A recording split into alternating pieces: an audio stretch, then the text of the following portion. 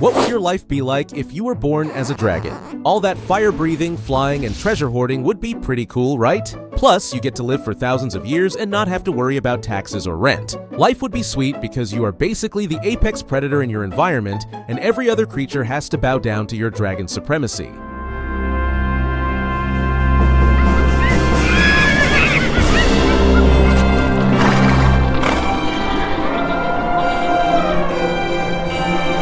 Nobody would be able to harm you. That is, until this nobody with something to prove comes along. That's right, I'm talking about humans. The literal cancer of the earth, the ruiner of all things natural and beautiful. They are always the hero in their own stories, but the villain in everybody else's. Nobody likes them, except dogs. The cats are undercover and biding their time. Okay, so you had the life of a Nepo baby with all the gifts and powers given to you at birth. But then this thing shows up and challenges your authority in the natural hierarchy. What should you do about it? Well, in the wise words of Sun Tzu, know thy enemy and know thyself. In 100 battles, you will never be defeated. So you study these creatures from afar like a scientist. And from your observations, it seems like these meatbags are the most fragile things you've ever seen. Even a thin piece of paper could cause them great pain. They can also be extremely unpredictable. While most animals give clear warning signs before attacking, these creatures could be happy 1 second and go into a murderous frenzy the next. My family hasn't been to see me since my trial.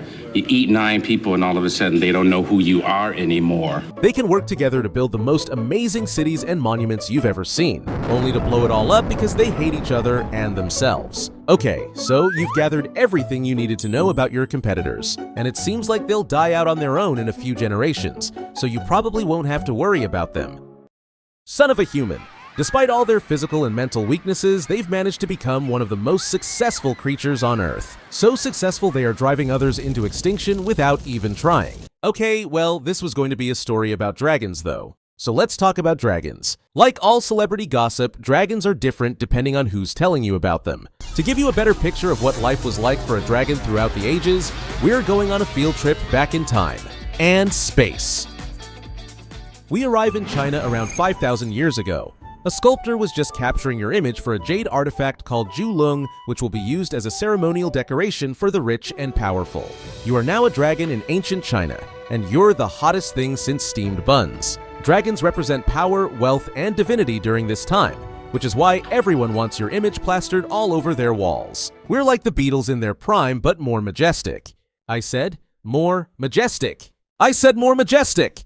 And unlike the latest pop idol, your status as a divine symbol in East Asian culture will last for thousands of years to modern day and beyond. In East Asian mythology, dragons, commonly referred to as Loong in Chinese, Ryu in Japanese, and Yong in Korean, are revered as divine creatures associated with water, weather, and imperial authority. You spend your days being worshipped and fly winglessly through the clouds. When you feel like it, you make it rain and help crops grow like crypto scams.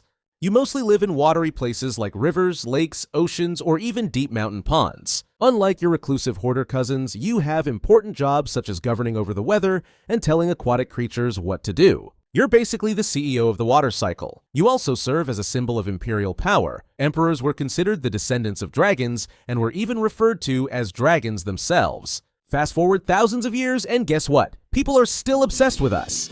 The dragon dance? That's us. The Dragon Boat Festival? Yep, also us. Our image is believed to ward off evil spirits and make it rain in water and cash. In Japanese mythology, Ryu is closely related to their Chinese counterparts.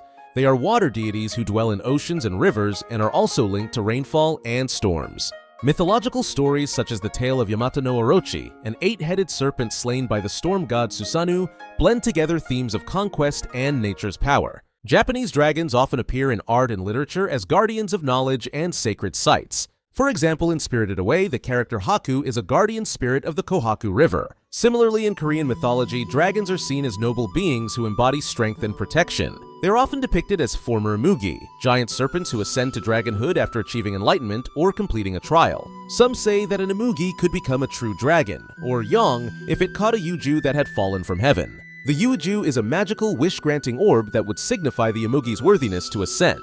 It was said that whoever could wield the Yuju was blessed with the abilities of omnipotence and creation at will, and that only 4 toad dragons, who had thumbs to hold the orbs, were both wise and powerful enough to wield these orbs, as opposed to the lesser 3 toad dragons. Similar myths in Japan were probably the inspiration for the legendary dragon Shenron in Dragon Ball. By other accounts, an Imugi is a proto-dragon that must live for 1,000 years while enduring trials and accumulating wisdom in order to become a fully fledged dragon. In either case, they are said to be large, benevolent, python-like creatures that live in water or caves, and their sighting is associated with good luck. In Vietnamese mythology, dragons symbolize the origins of the Vietnamese people. A famous legend tells of a young Vietnamese nation constantly fending off invasions. One day, the Jade Emperor, yes, the same one from Journey to the West, called on a mother dragon and her children to help protect the people. Divine dragons came down from the heavens and unleashed clusters of jewels into the sea. The jewels magically turned into towering mountains, forming an impenetrable barrier against enemy ships. The gemstones can still be seen today, as the countless stunning islets now scattered across the Halong Bay. The literal translation of Halong is descending dragon, and it is said that all Vietnamese people are descendants of the dragons who gave birth to the bay thousands of years ago.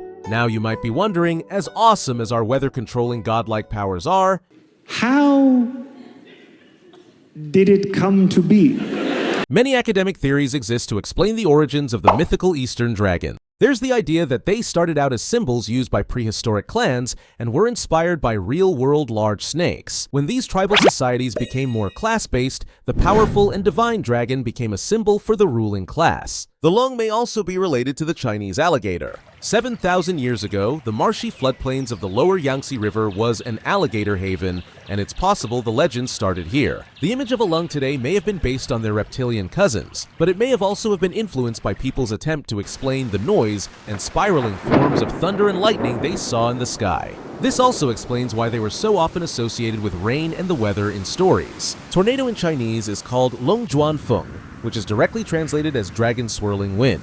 And it's not hard to imagine how people came up with this name, as they imagined a giant serpent deity stirring up a storm in the skies. The Eastern dragons were also a symbol for prosperity due to their association with water and weather. In ancient times, waterways were vital for transporting goods, which made cities and provinces that sat near rivers wealthier as trade passed through them. Not only was commerce heavily reliant on water and weather, but so was agriculture. Too much or too little rain could ruin a harvest, often meaning the difference between survival and starvation. It seems that Eastern dragons may have evolved from the worship of nature itself, as they are likely a blend of many animals and weather phenomena combined. Whatever the case may be, our life as a dragon in the East was pretty sweet, as we became the symbol for power and prosperity in this part of the world.